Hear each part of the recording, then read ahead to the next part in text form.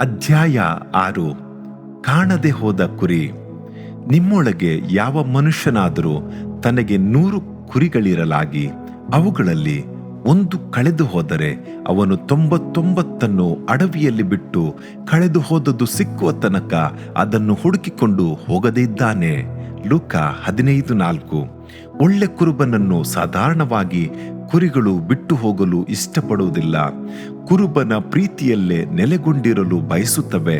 ಕುರುಬನ ಸ್ವರ ಕೇಳಿ ಕುರುಬನ ಪಕ್ಕದಲ್ಲಿ ಬಂದು ಕುಳಿತು ಕುರುಬನೊಂದಿಗೆ ಹುಲ್ಲುಗಾವಲಿಗೆ ಹೋಗುವುದಕ್ಕೆ ಇಷ್ಟಪಡುತ್ತವೆ. ಒಬ್ಬ ಭಕ್ತನು ಹಾಡುವಾಗ, ನಿನ್ನನ್ನು ನೋಡಿದ ನಂತರ ನಿನ್ನನ್ನು ಬಿಟ್ಟು ಹೋಗುವೆನಾ, ಈ ಲೋಕದ ಹಿಂದೆ ಹೋಗುವೆನಾ, ನೀನಿಲ್ಲದೆ ನಿನ್ನನ್ನು ಬಿಟ್ಟು ಇರುವೆನಾ ಎಂದು ಹಾಡುತ್ತಾನೆ. ಒಳ್ಳೆ ಕುರುಬನನ್ನು ಬಿಟ್ಟು ಕೆಲವು ಸಂದರ್ಭಗಳಲ್ಲಿ ಕುರಿಗಳು ಕಾಣದೆ ಹೋಗುವವು. ಆ ಕುರಿಗಳು ಕಾಣದೆ ಹೋಗಲು ಕಾರಣವೇನು? ಈ ದಡಕ್ಕಿಂತಲೂ ಆ ದಡ ಹಸಿರು. ಕೆಲವು ಕುರಿಗಳು ತಲೆ ಬಗ್ಗಿಸಿಕೊಂಡು ಹುಲ್ಲನ್ನ ಮೇಯುತ್ತಿರುತ್ತವೆ. ಬಹಳ ಹೊತ್ತು ತಲೆ ತಗ್ಗಿಸಿಯೇ ಇರುವುದರಿಂದ ಕುರುಬನನ್ನು ನೋಡುವುದಿಲ್ಲ. ದಿಢೀರೆಂದು ತಲೆ ಎತ್ತಿ ನೋಡುತ್ತವೆ. ಆಗ ಇವುಗಳು ಮೇಯುತ್ತಿರುವ ಜಾಗಕ್ಕಿಂತಲೂ ದೂರದಲ್ಲಿ ಕಾಣಿಸುತ್ತಿರುವ ಹುಲ್ಲುಗಾವಲು ಸೊಗಸಾಗಿ ಕಾಣುತ್ತವೆ. ಆದುದರಿಂದ ಅದು ಕುರುಬನನ್ನು ಬಿಟ್ಟು ಇತರ ಕುರಿಗಳನ್ನು ಬಿಟ್ಟು ದೂರದಲ್ಲಿರುವ ಆಕರ್ಷಣೆಗೆ ಒಳಗಾಗಿ ಹುಲ್ಲುಗಾವಲಿನ ಕಡೆಗೆ ಹೊರಟು ಹೋಗುತ್ತವೆ.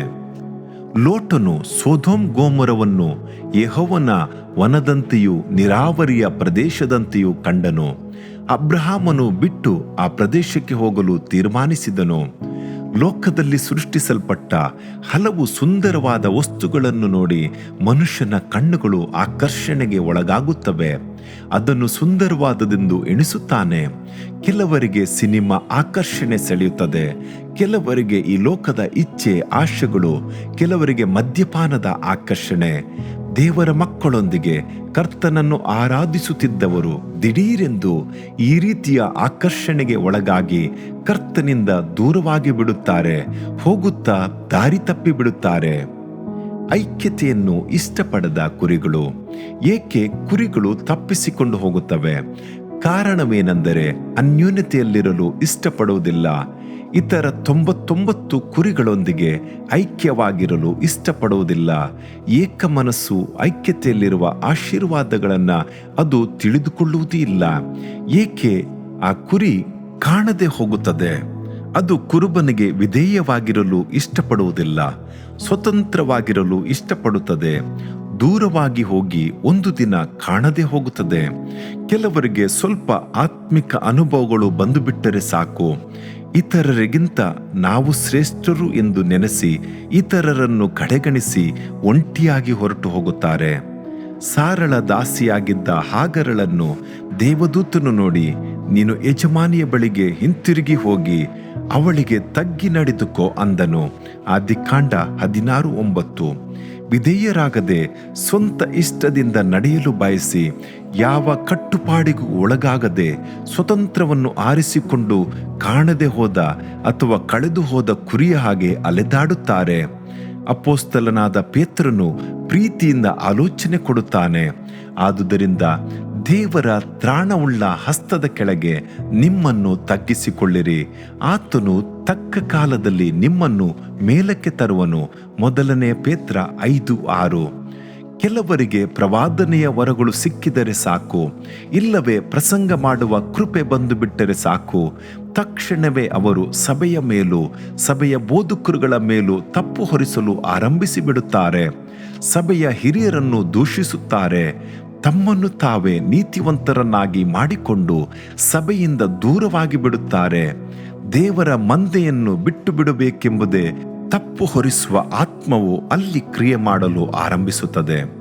ತಪ್ಪು ಹೊರಿಸುವ ಆತ್ಮವುಳ್ಳವರು ಇತರರೊಂದಿಗೆ ಬೆರೆಯಲು ಇಷ್ಟಪಡುವುದಿಲ್ಲ. ದೇವ ಮಗುವೆ, ಯಾವಾಗಲೂ ಕರ್ತನೊಂದಿಗೆ ದೇವರ ಮಕ್ಕಳೊಂದಿಗೂ ಐಕ್ಯವಾಗಿರುವುದನ್ನೇ ಆರಿಸಿಕೊ. ಅವರನ್ನು ಬಿಟ್ಟು ದೂರ ಹೋಗಬೇಡ. ನೀನು ಒಂದು ಸಭೆಯಲ್ಲಿರುವುದಾದರೆ ಆ ಸಭೆಯ ಬೋಧಕರಿಗೆ ವಿಧೇಯನಾಗಿರು. ಒಂದು ಸಭಾ ಸ್ಥಾಪನೆಯಲ್ಲಿರುವುದಾದರೆ ಆ ಸಭೆಯ ಸ್ಥಾಪಕರಿಗೆ ಅಧೀನನಾಗಿರು.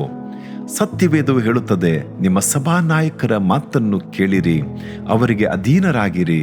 ಅವರು ಲೆಕ್ಕ ಒಪ್ಪಿಸಬೇಕಾದವರಾಗಿ ನಿಮ್ಮ ಆತ್ಮಗಳನ್ನು ಕಾಯುವವರಾಗಿದ್ದಾರೆ. ಅವರು ವ್ಯಸನ ಪಡದೆ ಇದನ್ನು ಸಂತೋಷದಿಂದ ಮಾಡುವಂತೆ ನೋಡಿರಿ. ಅವರು ವ್ಯಸನದಿಂದಿರುವುದು ನಿಮಗೆ ಪ್ರಯೋಜನಕರವಾದುದಲ್ಲ. ಇಬ್ರಿಯ 13:17. ಕರ್ತನು ಮೋಶೆಯನ್ನು ಉಪಯೋಗಿಸುವುದಕ್ಕೆ ಮೊದಲು 80 ವರ್ಷಗಳು ವಿಧೇಯನಾಗಿರಬೇಕಿತ್ತು. 40 ವರ್ಷಗಳು ಫರೋಹನ ಅರಮನೆಯಲ್ಲಿಯೂ ಇನ್ನು 40 ವರ್ಷಗಳು ತನ್ನ ಮಾವನ ಮನೆಯಲ್ಲಿ ಕುರಿಗಳನ್ನು ಮೇಯಿಸಿಕೊಂಡಿರಬೇಕಾಗಿತ್ತು. ಹೀಗೆ ಮೋಶೆಯು ದೇವರಿಗೆ ವಿಧೇಯನಾಗಿದ್ದನು. ಯೇಸುವನ್ನು ನೋಡಿರಿ, ತನ್ನ 30ನೇ ವಯಸ್ಸಿನವರೆಗೂ ತನ್ನ ತಾಯಿಗೂ ಯೋಸೇಫನಿಗೂ ವಿಧೇಯನಾಗಿದ್ದನು ಎಂದು ಸತ್ಯವೇದವು ಹೇಳುತ್ತದೆ. ಯೌವನದಲ್ಲಿ ತಂದೆಯಾದ ದೇವರಿಗೆ ವಿಧೇಯನಾಗಿದ್ದನು. ತನ್ನ ಜೀವಿತವನ್ನು ದೇವರಿಗೆ ಸಮರ್ಪಿಸಿಕೊಂಡಿದ್ದನು. ನಾವು ವಿಧೇಯರಾಗಿರದೆ ಆತುರದಿಂದ ಕಾರ್ಯಗಳನ್ನು ಮಾಡಿದರೆ ಮಾರ್ಗ ತಪ್ಪಿ ಹೋಗುವವರಾಗಿರುತ್ತೇವೆ. ನೀನು ವಿಧೇಯನಾದರೆ ಆತನು ನಿನ್ನನ್ನು ಉನ್ನತಿಗೆ ತರುತ್ತಾನೆ. ನೀನು ಅಜ್ಞಾನಿಯಾಗಿದ್ದರೆ ನಿನ್ನನ್ನು ಜ್ಞಾನಿಯನ್ನಾಗಿ ಮಾಡುತ್ತಾನೆ. ನೀನು ಬಲಹೀನನಾಗಿದ್ದರೆ ನಿನ್ನನ್ನು ಬಲಿಷ್ಠನನ್ನಾಗಿ ಮಾಡುತ್ತಾನೆ. ಆದುದರಿಂದ ನೀನು ಕರ್ತನಿಗೆ ವಿಧೇಯನಾಗಿರು. ಭಾರತದಲ್ಲಿರುವ ಸಭೆಗಳು ಒಡೆದು ಚೂರು ಚೂರಾಗಿರಲು ಕಾರಣವೇನು? ವಿಶ್ವಾಸಿಗಳು ಸ್ವತಂತ್ರ ಕುರಿಗಳಾಗಿ ಅಲೆಯುವ ರಹಸ್ಯವೇನು? ಕಾರಣ, ನಮ್ಮಲ್ಲಿ ಐಕ್ಯತೆ ಇಲ್ಲ. ಏಕ ಮನಸ್ಸಿನಿಂದ ಪ್ರಾರ್ಥಿಸುವವರಿಲ್ಲ. ಸಭೆಯ ಐಕ್ಯತೆಗಾಗಿ ಜವಾಬ್ದಾರಿಯುತರಾಗಿ ಪ್ರಾರ್ಥಿಸುವವರಿಲ್ಲ. ಈಗ ಜನರು ಗುಂಪು ಗುಂಪಾಗಿ ಉಜ್ಜೀವನ ಹೊಂದಿ ಕರ್ತನ ಬಳಿಗೆ ಬರುತ್ತಿದ್ದಾರೆ. ಅದೇ ಸಮಯದಲ್ಲಿ ಇನ್ನೊಂದು ಗುಂಪು ಹಿಂಜಾರಿ ಹೋಗಿ ಕರ್ತನನ್ನು ಬಿಟ್ಟು ದೂರ ಹೋಗಿ ಕಾಣದೆ ಹೋದ ಕುರಿಯಂತಿದ್ದಾರೆ. ದೇವ ಮಗುವೆ, ವಿಶ್ವಾಸಿಗಳ ಐಕ್ಯತೆಗಾಗಿ ಪ್ರಾರ್ಥಿಸುವೆಯಾ? ಸೇವೆಯ ಸೇವಕರ ಐಕ್ಯತೆಗಾಗಿ ಪ್ರಾರ್ಥಿಸುವೆಯಾ? ಸಹೋದರ ಸಹೋದರಿಯರು ಹಿಂಜಾರಿ ಹೋಗದಂತೆ ಬಾರದ ಹೃದಯದಿಂದ ಪ್ರಾರ್ಥಿಸುವೆಯಾ? ಉತ್ಸಾಹದಿಂದ ಪ್ರಾರ್ಥಿಸುವೆಯಾ? ಐಕ್ಯತೆಯನ್ನು ಕಾಪಾಡಿಕೋ. ಚದರಿ ಹೋದ ಕುರಿಗಳು. ಕುರುಬರು ಇಲ್ಲವಾದುದರಿಂದ ಅವು ಚದರಿ ಹೋದವು. ಹೆಜ್ಕೇಲ 34:5. ಕಾಣದೆ ಹೋದ ಕುರಿಗಳನ್ನು ನೋಡಿರಿ. ಕೆಲವು ಈ ದಡದಿಂದ ಆ ದಡಕ್ಕೆ ಹುಲ್ಲು ಹಸಿರಾಗಿದೆ ಎಂದು ಓಡಿ ತಪ್ಪಿಸಿಕೊಂಡವು. ಕೆಲವು ಕುರುಬರಲ್ಲಿ ಐಕ್ಯತೆ ಇಲ್ಲದ ಕಾರಣ ಇಷ್ಟಪಡದೆ ಸ್ವತಂತ್ರವಾಗಿ ಅಲೆದು ಕಾಣದೆ ಹೋದವು. ಆದರೆ ಕೆಲವು ಕುರಿಗಳು ಸರಿಯಾದ ಕುರುಬನಿಲ್ಲದ ಕಾರಣ ಚದರಿ ಹೋದವು ಎಂದು ಸತ್ಯವೇದವು ಹೇಳುತ್ತದೆ. ಹಸಿರಾದ ಹುಲ್ಲುಗಾವಲಿನಲ್ಲಿ ಮೇಯಿಸಲು ಕುರುಬನಿಲ್ಲ. ವಿಶ್ರಾಂತಿಕರವಾದ ನೀರುಗಳ ಬಳಿಗೆ ಕರೆದೊಯ್ಯಲು ಕುರುಬನಿಲ್ಲ. ಆತ್ಮಗಳನ್ನು ಸಂತೈಸುವ ಕುರುಬನಿಲ್ಲ. ಆದುದರಿಂದಲೇ ಕುರಿಗಳು ಚದರಿ ಹೋದವು. ಇಬ್ಬರು ಕುರುಬರ ವಿಷಯವಾಗಿ ಸತ್ಯವೇದವು ತಿಳಿಸುತ್ತದೆ. ಒಂದು ಪರಲೋಕದಲ್ಲಿರುವ ಪ್ರಧಾನ ಕುರುಬನು, ಎರಡನೇದಾಗಿ ಭೂಮಿಯಲ್ಲಿರುವ ಸಭೆಯ ಕುರುಬನು. ಪೇತ್ರನು ಸಭೆಯ ಕುರುಬರಿಗೆ ಬರೆಯುವಾಗ, ದೇವರು ನಿಮ್ಮ ವಶದಲ್ಲಿಟ್ಟಿರುವ ಸಭೆಗಳ ಮೇಲೆ ದೊರೆತನ ಮಾಡುವವರಂತೆ ನಡೆಯದೆ ಮಂದೆಗೆ ಮಾದರಿಯಾಗಿ ನಡೆದುಕೊಳ್ಳಿರಿ. ಹಿರಿ ಕುರುಬನು ಪ್ರತ್ಯಕ್ಷನಾಗುವಾಗ ನೀವು ದೇವ ಪ್ರಭಾವವೆಂಬ ಎಂದಿಗೂ ಬಾಡದ ಜಯಮಾಲೆಯನ್ನು ಹೊಂದುವಿರಿ. 1 ಪೇತ್ರ 5:3-4 ವಾಕ್ಯ. ಈಗ ನಮ್ಮ ದೇಶದಲ್ಲಿ ದೊಡ್ಡ ಉಜ್ಜೀವನ ಉಂಟಾಗುತ್ತಿದೆ. ಕಾಣುವ ಸ್ಥಳಗಳಲ್ಲೆಲ್ಲ ಹಿಂಗಾರು ಮಳೆಯು ಸುರಿಯುತ್ತಿರುವುದರಿಂದ ಹೇರಳವಾದ ಜನರು ರಕ್ಷಣೆ ಹೊಂದಿ ಅಭಿಷೇಕ ಹೊಂದಿ ಕರ್ತನಿಗಾಗಿ ಪ್ರಕಾಶಿಸುತ್ತಿದ್ದಾರೆ. ಕರ್ತನು ಒಳ್ಳೆ ಕುರುಬರನ್ನು ಎಬ್ಬಿಸುವಂತೆ ನಾವು ಪ್ರಾರ್ಥಿಸುವ ಜವಾಬ್ದಾರಿಯನ್ನು ಹೊತ್ತಿದ್ದೇವೆ. ಕುರುಬನಿಲ್ಲದ ಕುರಿಗಳಂತಿರುವ ಮಕ್ಕಳನ್ನು ನೋಡಿ ಕರ್ತನು ಕನಿಕರ ಪಡುತ್ತಿದ್ದಾನೆ ಎಂದು ಸತ್ಯವೇದವು ಹೇಳುತ್ತದೆ. ನಿಮಗಾಗಿ ಕನಿಕರ ಪಡುವ ಕುರುಬನ ಕಡೆಗೆ ತಿರುಗಿಕೊಳ್ಳಿರಿ. ತಂದೆಯ ಹಾಗೆ ಮಾರ್ಗ ನಡೆಸುವ ಕುರುಬನ ಕಡೆಗೆ ತಿರುಗಿಕೊಳ್ಳಿರಿ. ಏಕೆ ಕುರಿಗಳು ಚದರಿ ಹೋಗುತ್ತವೆ? ಸರಿಯಾದ ಉಪದೇಶಕರಿಲ್ಲ, ಸರಿಯಾದ ಪೋಷಣೆ ಇಲ್ಲದಿರುವುದರಿಂದ. ಅಪೊಸ್ತಲನಾದ ಪೇತ್ರನು ಬರೆಯುತ್ತಾನೆ, ನೀವು ಕುರಿಗಳಂತೆ ದಾರಿ ತಪ್ಪಿ ತೊಳಲುವವರಾಗಿದ್ದೀರಿ. ಆದರೆ ಈಗ ನೀವು ತಿರುಗಿಕೊಂಡು ನಿಮ್ಮ ಆತ್ಮಗಳನ್ನು ಕಾಯುವ ಕುರುಬನು ಅಧ್ಯಕ್ಷನೂ ಆಗಿರುವಾತನ ಬಳಿಗೆ ಬಂದಿದ್ದೀರಿ. 1 ಪೇತ್ರ 2:25. ಕುಣಿಯಲ್ಲಿ ಬಿದ್ದ ಕುರಿಗಳು. ಮತ್ತಾಯ 12:11 ಕುಣಿಯಲ್ಲಿ ಬಿದ್ದ ಕುರಿಯನ್ನು ಕುರಿತು ಓದುತ್ತೇವೆ. ಯೇಸು ಹೇಳಿದ್ದು, ನಿಮ್ಮಲ್ಲಿ ಯಾರಿಗಾದರೂ ಒಂದೇ ಒಂದು ಕುರಿ ಇದ್ದು ಅದು ಸಬ್ಬತ್ತಿನದಲ್ಲಿ ಕುಣಿಯೊಳಗೆ ಬಿದ್ದರೆ ಅವನು ಅದನ್ನು ಹಿಡಿದು ಮೇಲಕ್ಕೆ ತೆಗೆಯದೇ ಇರುವನೇ? ಈ ವಾಕ್ಯವನ್ನು ಗಮನಿಸಿ ನೋಡಿರಿ. ಸಬ್ಬತ್ತಿನದಲ್ಲಿ ಕುಣಿಯೊಳಗೆ ಬಿದ್ದರೆ ಎಂದು ಹೇಳಿದೆ. ಆ ಕುರಿಯು ಏಕೆ ಕುಣಿಯೊಳಗೆ ಬಿತ್ತು ಗೊತ್ತೇ? ಸಬ್ಬತ್ತಿನವನ್ನು ಕುರಿತು ಅದಕ್ಕೆ ಆಸಕ್ತಿ ಇಲ್ಲವಾದುದರಿಂದ ಕುಣಿಯಲ್ಲಿ ಬಿತ್ತು. ಅನೇಕರು ಹಳ್ಳದಲ್ಲಿ ಬೀಳಲು ಕಾರಣ ಆಲಯಕ್ಕೆ ಕ್ರಮವಾಗಿ ಹೋಗದಿರುವುದರಿಂದ, ಆರಾಧನೆಯನ್ನು ಅಸಡ್ಡೆ ಮಾಡುವುದರಿಂದ. ಸಬ್ಬತ್ತಿನವನ್ನು ಆಚರಣೆ ತರುವುದಕ್ಕೆ ನೆನಪಿನಲ್ಲಿಟ್ಟುಕೊಳ್ಳಬೇಕೆಂಬುದು ನ್ಯಾಯ ಪ್ರಮಾಣದ ಆಜ್ಞೆ. ಸಭೆಯಾಗಿ ಕೂಡಿಕೊಳ್ಳುವುದನ್ನ ಕೆಲವರು ರೂಢಿಯಾಗಿ ಬಿಟ್ಟಿರುವ ಪ್ರಕಾರ ನಾವು ಬಿಟ್ಟು ಬಿಡದೆ ಒಬ್ಬರನ್ನೊಬ್ಬರು ಎಚ್ಚರಿಸೋಣ. ಇಬ್ರಿಯ 10:25. ಸಭೆಯಾಗಿ ಕೂಡಿಕೊಳ್ಳುವುದರಿಂದ ನಾವು ದೇವರ ಮಕ್ಕಳೊಂದಿಗೆ ಅನ್ಯೋನ್ಯತೆ ಉಳ್ಳವರಾಗಿರುತ್ತೇವೆ, ಹಾಡುತ್ತೇವೆ, ಕರ್ತನನ್ನು ಮಹಿಮೆ ಪಡಿಸುತ್ತೇವೆ, ಸ್ತುತಿಸುತ್ತೇವೆ, ಆರಾಧಿಸುತ್ತೇವೆ, ಪ್ರಾರ್ಥಿಸುತ್ತೇವೆ, ದೇವರ ವಾಕ್ಯವನ್ನು ಕೇಳುತ್ತೇವೆ. ಇದರಿಂದ ನಮ್ಮಲ್ಲಿ ಭಕ್ತಿವೃದ್ಧಿಯಾಗುತ್ತದೆ. ದೇವ ಮಗುವೆ, ಸಭೆಯಾಗಿ ಕೂಡಿಕೊಳ್ಳುವುದನ್ನು ಬಿಟ್ಟು ಬಿಡಬೇಡ. ಅದು ಪರಿಶುದ್ಧವಾದ ದಿನ, ಮನಸ್ಸನ್ನು ಹರ್ಷಗೊಳಿಸುವ ದಿನ. ಕರ್ತನು ಹೇಳುತ್ತಾನೆ, ನೀವು ಸಬ್ಬತ್ತಿನವನ್ನು ಅಗಮ್ಯವಾದದೆಂದು ತಿಳಿದು ಆ ನನ್ನ ಪರಿಶುದ್ಧ ದಿವಸದಲ್ಲಿ ನಿಮ್ಮ ನಿತ್ಯದ ಕೆಲಸವನ್ನ ಮಾಡದೆ, ಸ್ವೇಚ್ಛೆಯಾಗಿ ನಡೆಯದೆ, ಸ್ವಕಾರ್ಯಗಳಲ್ಲಿ ನಿರತರಾಗದೆ, ಹರಟದೆ ಯೆಹೋವನ ಸಬ್ಬತ್ತೆಂಬ ಪರಿಶುದ್ಧ ದಿನವು ಉಲ್ಲಾಸಕರವೂ ಮಾನ್ಯವೂ ಆದದೆಂದು ಘನಪಡಿಸಿದರೆ ಆಗ ನೀವು ಯೆಹೋವನಲ್ಲಿ ಉಲ್ಲಾಸ ಪಡುವಿರಿ. ಯೆಶಾಯ 58:13. ಅಪೊಸ್ತಲರ ಕೃತ್ಯ 20ನೇ ಅಧ್ಯಾಯವನ್ನು ಓದಿ ನೋಡಿರಿ. ವಾರದ ಮೊದಲನೆಯ ದಿವಸದಲ್ಲಿ ನಾವು ರೊಟ್ಟಿ ಮುರಿಯುವ ನಿಯಮಕ್ಕಾಗಿ ಕೂಡಿ ಬಂದಾಗ ಮರುದಿನ ಹೊರಡಬೇಕೆಂದಿದ್ದ ಪೌಲನು ಅವರಿಗೆ ಪ್ರಸಂಗಿಸುತ್ತಾ ಸರಿ ಹೊತ್ತಿನವರೆಗೂ ಉಪನ್ಯಾಸವನ್ನು ನಡೆಸಿದನು. ಅದು ಒಂದು ಸಭೆಯಾಗಿತ್ತು. ಅಲ್ಲಿ ಯುತಿಕನೆಂಬ ಯೌವನಸ್ಥನು ಕುಳಿತಿದ್ದನು. ಅವನು ಕೂಟದಲ್ಲಿದ್ದರೂ ಅವನ ಮನಸ್ಸು ದೂರವಾಗಿತ್ತು. ತೂಕಡಿಸಿದನು.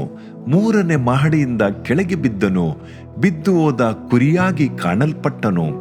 ಸಬ್ಬತ್ತಿನದಲ್ಲಿ ಕರ್ತನನ್ನು ಸ್ತುತಿಸದೆ ನಿರ್ವಿಚಾರದಿಂದ ಮತ್ತಿನಲ್ಲಿದ್ದುದರಿಂದ ತಾನೇ ಬೀಳಬೇಕಾಯಿತು. ಒಳ್ಳೆ ಸಮಯ. ಪೌಲನು ಅವನಿಗಾಗಿ ಪ್ರಾರ್ಥಿಸಿ ಜೀವದಿಂದ ಎಬ್ಬಿಸಿದನು. ಹಳೆಯ ಒಡಂಬಡಿಕೆಯಲ್ಲಿ ಸಬ್ಬತ್ತಿನವನ್ನ ಅಲಕ್ಷ್ಯ ಮಾಡಿದವರನ್ನ ಕಲ್ಲೆಸೆದು ಕೊಲ್ಲುತ್ತಿದ್ದರು. ಒಳ್ಳೆಯದು. ದೇವರ ಕೃಪೆಯಿಂದ ಹೊಸ ಒಡಂಬಡಿಕೆಯಲ್ಲಿ ಆ ಶಿಕ್ಷೆ ಇಲ್ಲ. ಆದಾಗ್ಯೂ ಅನೇಕರು ಹಠದಿಂದ ಬಿದ್ದು ನಾಶವಾಗುವುದಕ್ಕೆ ಇದು ಮಾರ್ಗವಾಗಿದೆ. ಕುರಿಗಳು ಬಿದ್ದು ಹೋಗುವುದಕ್ಕೆ ಕಾರಣವೇನು? 1 ಕೊರಿಂಥ 10:12 ಹೇಳಿದೆ, ನಿಂತಿದ್ದೇನೆಂದು ನೆನೆಸುವವನು ಬೀಳದಂತೆ ಎಚ್ಚರಿಕೆಯಾಗಿರಲಿ ಎಂದು ಹೇಳಿಯದೆ. ಆಳವಾದ ಕುಳಿಗಳನ್ನು ನೋಡಿರಿ. ಅದು ಭಯಂಕರವಾದ ಹಳ್ಳ, ಹೊಲಸಾದ ಕೆಸರು, ಪಾತಾಳ. ನಿಂತಿದ್ದೇನೆಂದು ಹೇಳುವವರು ಹೆಮ್ಮೆಯಿಂದ ಅದರಲ್ಲಿ ಬೀಳುತ್ತಾರೆ. ನಾನು ಮಹಾಪರಿಶುದ್ಧನು ಎಂದು ಎದೆ ತಟ್ಟಿ ಹೇಳುತ್ತಾ ಕೆಳಗೆ ಬಿದ್ದು ಬಿಡುವನು. ಯಾರೂ ಬಿದ್ದರೂ ನಾನು ಕೆಳಗೆ ಬೀಳುವುದಿಲ್ಲ ಎಂದು ಹೇಳಿದ ಪೇತ್ರನನ್ನು ನೋಡಿರಿ. ನಾನು ನಿನ್ನನ್ನು ಬಿಡದೆ ಹಿಂಬಾಲಿಸುತ್ತೇನೆ ಎಂದು ಹೇಳಿದ ಪೇತ್ರನನ್ನು ನೋಡಿರಿ. ಇವರೆಲ್ಲರೂ ನಿನ್ನನ್ನು ಬಿಟ್ಟು ಹೋದರೂ ನಾನು ಮಾತ್ರ ನಿನ್ನನ್ನು ಬಿಟ್ಟು ಹೋಗುವುದೇ ಇಲ್ಲ ಎಂದು ತನ್ನನ್ನೇ ನೀತಿವಂತನೆಂದುಕೊಂಡ ಪೇತ್ರನನ್ನು ನೋಡಿರಿ. ಕೋಳಿ ಕೂಗುವುದಕ್ಕೆ ಮೊದಲು 3 ಸಾರಿ ಯೇಸುವನ್ನ ಅಲ್ಲಗಳೆದದ್ದನ್ನು ನೋಡಿರಿ. ಆದುದರಿಂದಲೇ ಸತ್ಯವೇದವು ಹೇಳುತ್ತದೆ, ನಿಂತಿದ್ದೇನೆಂದು ನೆನೆಸುವವನು ಬೀಳದಂತೆ ಎಚ್ಚರಿಕೆಯಾಗಿರಲಿ. ಯೂದನು ಹಣದಾಸೆಯಿಂದ ಬಿದ್ದನು. ಕೆಲವರು ಲೋಕದ ಆಶೆಗಳಿಂದ ಬೀಳುತ್ತಾರೆ. ಕೆಲವರು ಶರೀರದ ಆಶೆಗಳಿಗೆ ಬಲಿಯಾಗಿ ಬೀಳುತ್ತಾರೆ. ಕೆಲವರು ಕುಡಿತದ ಚಟವುಳ್ಳ ಸ್ನೇಹಿತರ ಸಹವಾಸದಿಂದ ಬೀಳುತ್ತಾರೆ. ಒಬ್ಬ ಯೌವನಸ್ಥನು ಹೇಳುತ್ತಾನೆ, ನಾನು ಸಿನಿಮಾ ಪೋಸ್ಟರುಗಳನ್ನು ನೋಡಿ ರಸಿಕತೆಯಿಂದ ಬಿದ್ದು ಬಿಟ್ಟೆನು ಎನ್ನುತ್ತಾನೆ. ನಿಂತಿದ್ದೇನೆಂದು ನೆನೆಸುವವನು ಬೀಳದಂತೆ ಎಚ್ಚರಿಕೆಯಾಗಿರಬೇಕು. ನನ್ನನ್ನು ನಾಶನದ ಗುಂಡಿಯಿಂದ ಎತ್ತಿದನು. ಕೆಸರಿನೊಳಗಿಂದ ನನ್ನನ್ನು ತೆಗೆದು ಬಂಡೆಯ ಮೇಲೆ ನಿಲ್ಲಿಸಿ ನಾನು ದೃಢವಾಗಿ ಹೆಜ್ಜೆ ಇಡುವಂತೆ ಮಾಡಿದನು. ಕೀರ್ತನೆ 42.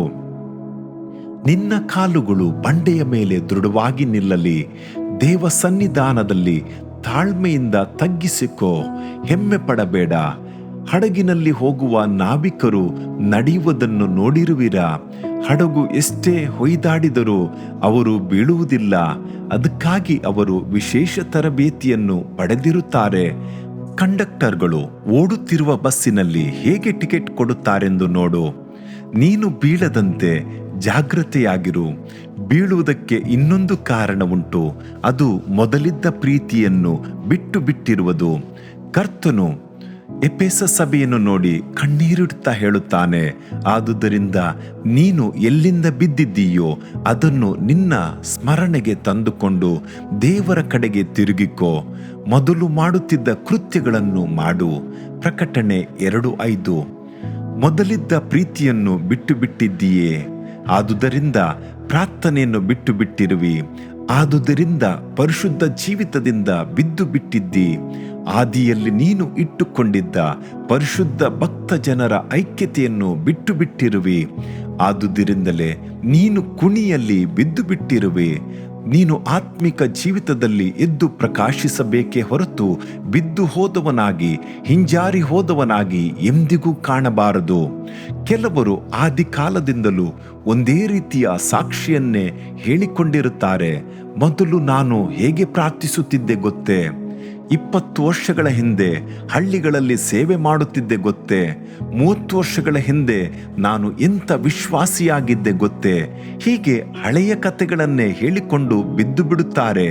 ಇನ್ನು ನಿನ್ನ ಸ್ಥಿತಿ ಏನು? ಆದಿಯಿಂದಿದ್ದ ಪ್ರೀತಿಯಲ್ಲಿಯೇ ಬಿದ್ದು ಬಿಟ್ಟಿರುವವನಾಗಿರುವೆಯಾ? ಯೋಚಿಸಿ ನೋಡು. ಕಾಲೇಬನು ತನ್ನ 84ನೇ ವಯಸ್ಸಿನಲ್ಲಿಯೂ ನನಗೆ ಬೆಟ್ಟಗಳ ಪ್ರದೇಶ ಬೇಕೆಂದು ಯೌವನದ ಶಕ್ತಿಯಿಂದಲೇ ಹೇಳುವುದನ್ನು ಗಮನಿಸಿರಿ. ಬೆಟ್ಟಗಳನ್ನು ಹತ್ತಬೇಕು, ಶತ್ರುಗಳನ್ನು ಜಯಿಸಬೇಕು, ಜಯಶಾಲಿಯಾಗಬೇಕು ಎಂದು ಎಂತಹ ದೃಢ ನಿರ್ಧಾರದಿಂದ ಹೇಳುತ್ತಾನೆ. ದೇವ ಮಗುವೆ, ಆದಿ ಪ್ರೀತಿಯನ್ನು ಎಂದಿಗೂ ಬಿಟ್ಟು ಬಿಡಬೇಡ. ನೀನು ಕರ್ತನಲ್ಲಿ ದೃಢ ವಿಶ್ವಾಸವುಳ್ಳವನಾಗಿ ಇನ್ನು ಮೇಲೇರಿ ಎದ್ದು ನಿಲ್ಲಬೇಕು, ಜಯಶಾಲಿಯಾಗಬೇಕು. ಆದುದರಿಂದ ನೀವು ಕರ್ತನಾದ ಯೇಸು ಎಂಬ ಕ್ರಿಸ್ತನನ್ನು ಅಂಗೀಕರಿಸಿದಂತೆಯೇ ಆತನಲ್ಲಿದ್ದವರಾಗಿ ನಡೆದುಕೊಳ್ಳಿರಿ. ಆತನಲ್ಲಿ ಬೇರೂರಿಕೊಂಡು ಭಕ್ತಿ ವೃದ್ಧಿಯನ್ನು ಹೊಂದಿ ನಿಮಗೆ ಬೋಧಿಸಲ್ಪಟ್ಟ ಉಪದೇಶದ ಪ್ರಕಾರವೇ ಕ್ರಿಸ್ತ ನಂಬಿಕೆಯಲ್ಲಿ ನೆಲೆಗೊಂಡು ದೇವರಿಗೆ ಹೆಚ್ಚು ಹೆಚ್ಚಾಗಿ ಸ್ತೋತ್ರ ಮಾಡುವವರಾಗಿರ್ರಿ. ಕೊಲೊಸ್ಯ 2ನೇ ಅಧ್ಯಾಯ 6-7 ವಾಕ್ಯ.